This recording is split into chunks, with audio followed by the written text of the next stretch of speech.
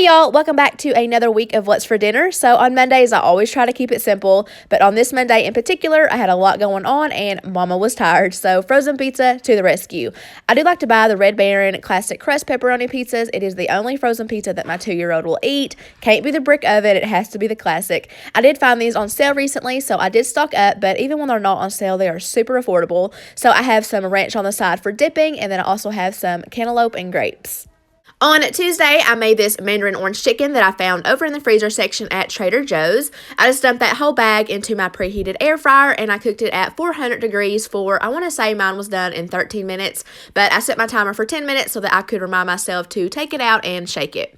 To a large mixing bowl, I'm just going to be dumping in the 2 bags of that mandarin orange sauce that the bag comes with. I heated that up in the microwave, and once the chicken was done, I just dumped it on in and tossed it all to coat. And here is the finished product. How amazing does that look? To go along with it, I made some rice in my Instant Pot, so I just dumped in 1 cup of long grain white rice, and then you need a cup of liquid, so I chose to use chicken broth. I also added in some olive oil, and then for my seasonings, we have some 21 Seasoning Salute, as well as some of this Himalayan pink salt. I just gave that a quick stir, and then I put the lid on, made sure that it was set to sealing, and I let that cook for 12 minutes, and I let it natural release for 10. And this is the perfect amount for my family. So I just put a good amount of that orange chicken over top of the rice, and I served it with some steamed broccoli. If you have never had this orange chicken from Trader Joe's, I highly recommend it. It is amazing, and it really does taste like takeout when you cook it in the air fryer. On Wednesday, I tried a new recipe for an Instant Pot chicken Alfredo tortellini soup. So I started off by melting some butter on the saute function, and then I just threw in some minced garlic and I sauteed that for about a minute. And then I just dumped in some chicken broth, followed by 2 boneless, skinless chicken breasts. I think it equaled about a pound. I did cut this recipe in half. So next comes the veggies. I did peel and chop some carrots, and then I had some celery in my freezer. I went ahead and dumped that in as well. And then I just seasoned that up with some onion powder and some black pepper.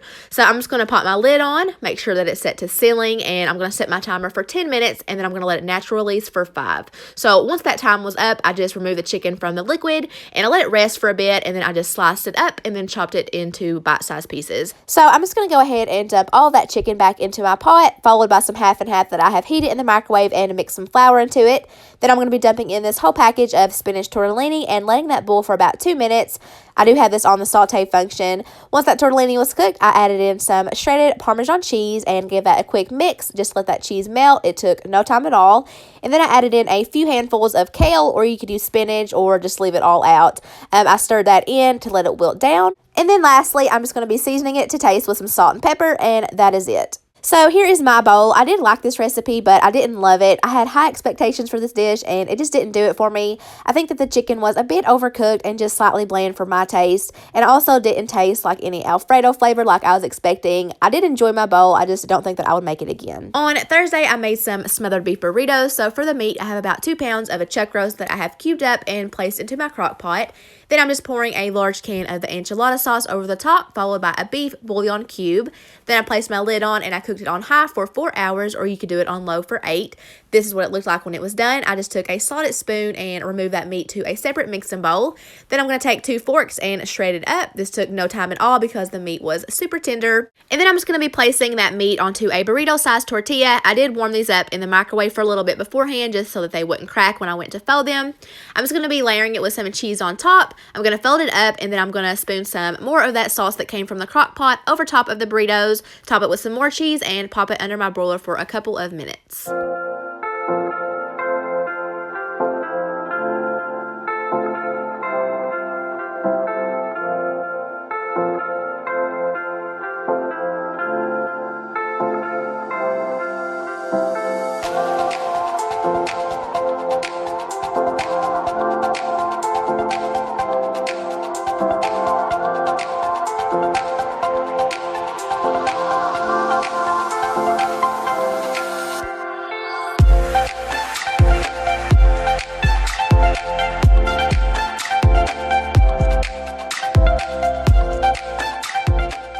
So here is the finished product. These are super filling. You honestly don't even need a side to go along with it, but here is my sad looking little side salad.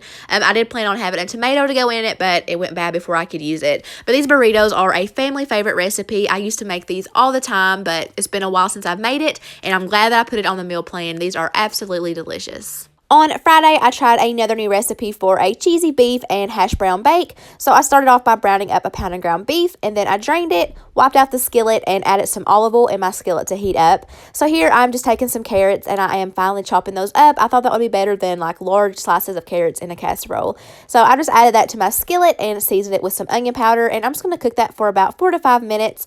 Then I'm going to dump in some minced garlic and let it cook for another minute. Now we're just going to go ahead and add back in that cooked and drained ground beef. I'm going to give it a quick toss with the carrots, and since I didn't season it before, I'm going to go ahead and season it now. So I'm just using some salt, pepper, and oregano. I'm going to stir that around to get those seasonings distributed, and then I'm going to be adding in a half a cup of chicken broth, followed by some sour cream. I'm going to make sure that that's mixed in really well, and then I'm going to dump in some cheese, and I'm just going to let this simmer for a few minutes. Then I'm going to take a 1-quart casserole dish, spray it with some nonstick cooking spray, and dump in that beef mixture and just kind of spread it out to make sure that it is even.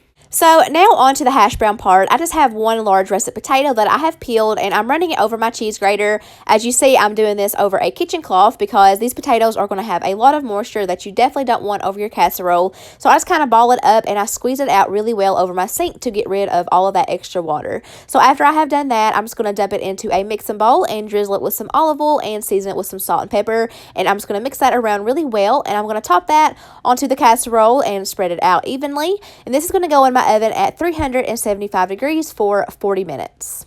After the 40 minutes was up, I pulled it out of my oven and I topped it with some more cheese, and then I'm just going to put that back in my oven for 5 more minutes, and this is what it looked like when it was done. I'm going to kind of cut into it for you so you can kind of see the consistency of it. This was delicious. This kind of reminded me of a shepherd's pie, but just a different take on it. I actually ended up pouring some A1 steak sauce over it because I just wanted some kind of sauce, and it was a perfect pair. I served it with some steamed mixed veggies. I highly recommend this recipe. On Saturday, we went out to eat with some friends at a Kentucky Sports Bar and Grill. I got their smoked pulled chicken barbecue sandwich with some other homemade potato chips. It was so good. And then Sunday was, of course, Easter, so we usually always go to my aunt and uncle's house. They always have a delicious spread of food and a dessert table. So on my plate, I have some ham and pineapple, as well as some broccoli and cheese casserole, baked beans, corn, green beans, some garlic butter potatoes, macaroni and cheese, and some rolls. So that is going to wrap up another week. I hope that you guys enjoyed the video and got some inspiration or saw a new recipe that you would like to try. If you are new here, I put these videos out every Monday, so I would love for you to hit that subscribe button. I hope that all of you had an awesome Easter. Thank you guys so much for watching, and I will see you all back next week.